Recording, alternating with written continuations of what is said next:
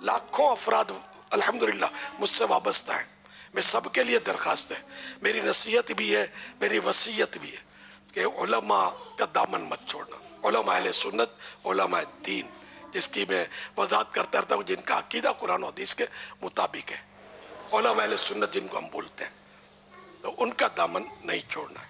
ہاں کوئی اگر عالم بے عمل ہے اور اس طرح کی کوئی باتیں ہیں تو ان سے دور ہو گیا بندہ، تو باعمل علماء کی بھی تو ایک تعداد موجود ہے، تو ان کی صحبت میں بندہ رہے. عالم باعمل ہونا چاہیے، ورنہ یہ کہ پھر وسوسوں سے بچنا مشکل ہو جائے گا، اور اپنے اندر پھر یہ کہ عمل کی خرابی پیدا ہو سکتی ہے. چاہے عالم باعمل کون ہوتا ہے یہ بھی سمجھ لیں، اور عالم بے عمل کون ہوتا ہے. فرض، واجب یا سنت مؤکدہ جو ترک کرتا ہو وہ عالم بے عمل، اور جو ان کا اہتمام کرتا ہے، یہ جو تینوں فرض، واجب، سنت مؤکدہ، ان پر عمل کر رہا ہے، یہ نہیں چھوڑتا، تو یہ مطلب عالم با عمل ہے.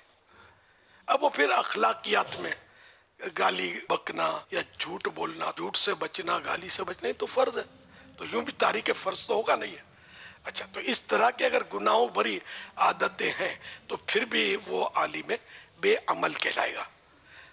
اس میں مطلب اگر کوئی ہے بھی ایسا تو اس کے لیے ڈھول پہننے کی ضرورت نہیں ہے، ڈنکا بجانے کی ضرورت نہیں ہے. پھر بھی ان سے اگر کوئی ایسا فائدہ ہو جاتا ہے اپنی آخرت کے لیے تو وہ حاصل کر لے، وہ نہ چھوڑے.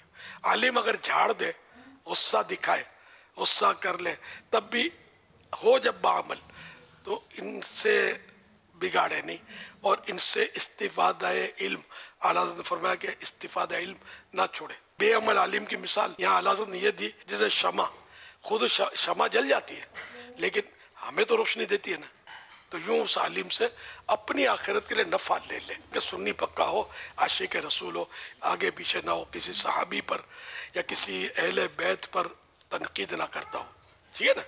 کسی صحابی پر یا اہل بیت پر ادنا سی بھی تنقید زبان سے نہیں اشارے سے بھی کرے نا، اس سے 7 گلیاں دور سے چلنا گیا کہ کہیں اس کی سانس کہیں آپ سے ٹکرا نہ جائے.